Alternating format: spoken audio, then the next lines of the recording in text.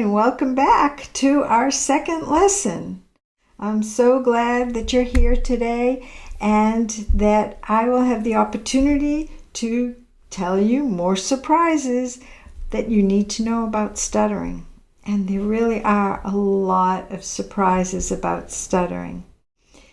We learned in lesson number 1 that stuttering is a system problem, not per se a speech problem. And that's a wonderful thing to know, because if you see it as a systems problem, then you can treat the system.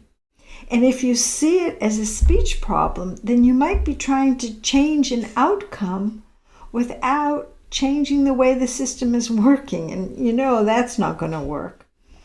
So today we're going to look at speaking and look at how the system is working. And wow, speech is an amazing thing. It is amazing that we can do it. We humans are the only ones who can really do it. Although I had a bird who said a few little words, but that's not the same. And so we humans, we are the only ones who can speak, and it is really complex. And that is the good news. It is so complex that we can't control it purposefully. And that is the surprise. The surprise that I want you to know today is that speaking has to be automatic. It's not a choice. We just don't have access to work through all of the processes that are involved in speaking and to do them effectively in a conscious way. It does not work. So that is the wonderful surprise that I have for you.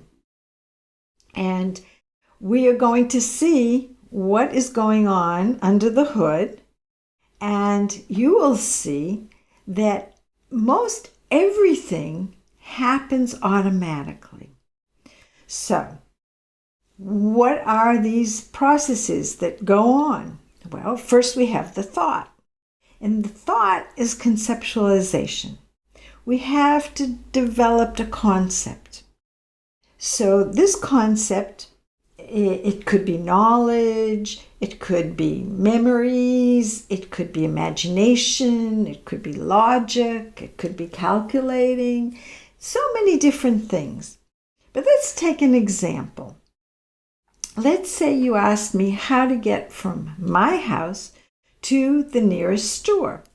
Well, what would I have to be thinking of? I'd think about the store, which one, how do we get there, what are the directions? Maybe I'd be trying to remember which streets I go, or which streets are the best streets to go. So much. There's a lot to think about. But I wouldn't be thinking about my language, because if I explained it to you in one language or another, I would have those same pre-verbal thoughts. So when we are speaking, let's say somebody asks us a question, we have to think about our answer in terms of concept. And this is pre-verbal. And this is the one thing that really does require a lot of attention. We really do have to pay attention to our thoughts. Now, these thoughts are transformed into language. And what is language exactly? People usually think, language is the words. Well, language is really much more than just words. And actually, we don't develop our language word by word. So when we have a thought, our brain transforms it into a progression of speech sounds. They're actually phonemes. That's another way you could explain it. but we can call them speech sounds. And speech sounds are like u, m, b, s, those things. And a progression of speech sounds is what makes up our language. So you have a progression of sounds that make up a word. For instance, my name, Barbara, or maybe some people in a different language might call me Barbara. And these are the sounds that make up that word. So speech, our brain develops our language as a progression of sounds that make up the word. Now, it's not just that, because there are other parts of language too. There's the word order, there is all the grammar, that if it's plural or singular. There's all of these things that go into making our language.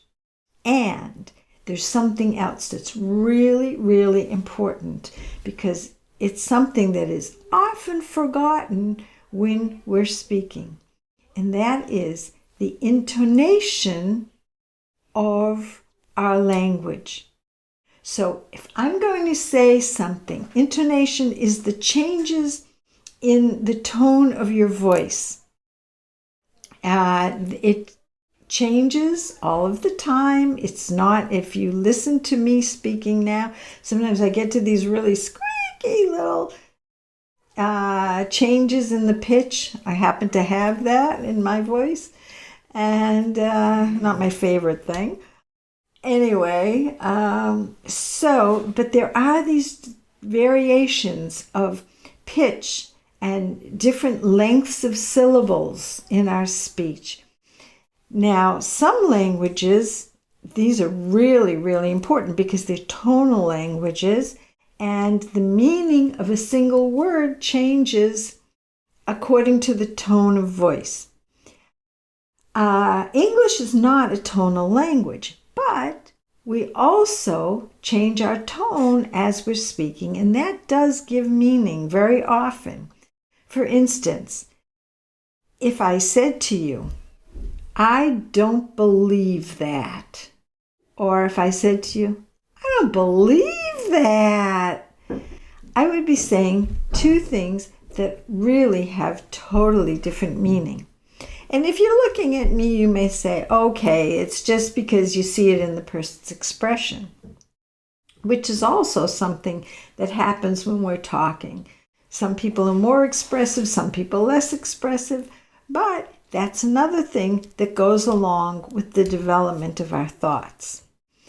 But if I repeat what I just said, but I'll turn myself off, then you would still see that you could tell the meaning without looking at my expression. I don't believe that. I don't believe that. Okay, so did you get that? All right, so we know that our thoughts are transformed into language that has many parts to it. Now, are we going to think of that? Even the speech sounds, we make like between 15 to 20 speech sounds a second. We're going to pay attention to that? No. And that is really part of this great surprise. All of this happens without our even thinking about it. It has to work automatically. So, what we have so far is language that's in our head. And I want you to just realize what this language in the head is. So if you just take a moment and put this on pause for a second and start thinking about what you've done today so far. Just think about it. Go pretty much, first I did this and then I did that. Now what did I do next? And see if you have language in your head. Okay, So, did you? Did you have language in your head? Uh-huh. So, that brings me to the next surprise. And that is that language in your head works the same way when you're speaking aloud as it works when you're thinking to yourself that way. Wow. It works exactly the same way. You have a thought, it develops automatically into language. And it develops in the same way into language. So, really, the blueprint for speaking is in your head. And it develops the same way and is part of this surprise. Maybe this is part B of the surprise, is that when you're speaking naturally, there's no getting anything out. The language in your head is in your head. And it stays in your head. Got that? Okay. No trying to get it out. People who speak naturally are not trying to get their speech out, not their words, not their sounds. That language that is developed is your speech. You did it. You can do it. I told you could do it. So, it really is great that that's all you really need to do to speak. Now, of course, you weren't heard. Nobody heard you. And so, yeah, there are other parts of speaking. But as far as the language is concerned, it's developed. You don't have to do anything else. I know, that's fun, right? So, what do we have to do to be heard? Well, in order to be heard, what you have to do is you have to send a signal to your voice, to your vocal cords, to produce a voice. And that is pretty natural thing to do. Now, the voice can be produced in different ways, and we're not going to get into that right now, but there is differences sometimes in the way people who stutter produce their voice and compared to people who don't stutter, and we'll get into that in the next lesson. But in natural speaking, what you do is you send the signal to your voice to produce vibrations. And this is just a voice. Now, the voice does not contain speech sounds. It's just energy, sound waves, vibrations. That's what the voice is. I think that deserves to be called another surprise. I think I'm going to get to more than 10 surprises here. So, this is really, really important. Now, this voice becomes speech sounds only when those vibrations pass through the opening that is our mouth and the whole upper vocal tract. So, the voice is the essence of our audible speech, and the mouth does shape the voice into speech sounds.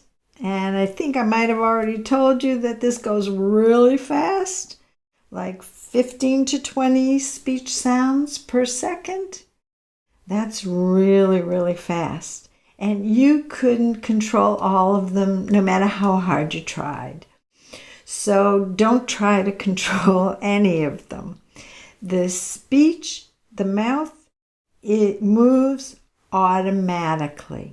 So that's our next surprise, is that the mouth moves automatically to shape the voice. And how does it know where to go? Well, it knows because when the language is developed, somehow the mouth knows where to go as it's happening. And I don't know how it exactly happens. I just know, like using my computer, that this is what happens. And I wouldn't even think to try to where I'm going to put my mouth. So that is what happens in the normally fluent speaking system. Now, you might have be wondering, why didn't I talk about breath? Well, we do breathe, and that is part of the system, but we also don't think of it. We don't think, when am I going to say this sound, match it to my breath. It's something that happens automatically too. And if you're doing the system in the right way, that will happen automatically. Now, another thing is the feedback loop that we all have. And as I'm speaking now, sometimes I'm aware that maybe I forgot to say something that I wanted to say, but I'm not really paying attention to this feedback loop. So it's really important not to listen to yourself, and this loop also works pretty automatically. It is there. So the breathing is there, the feedback is there.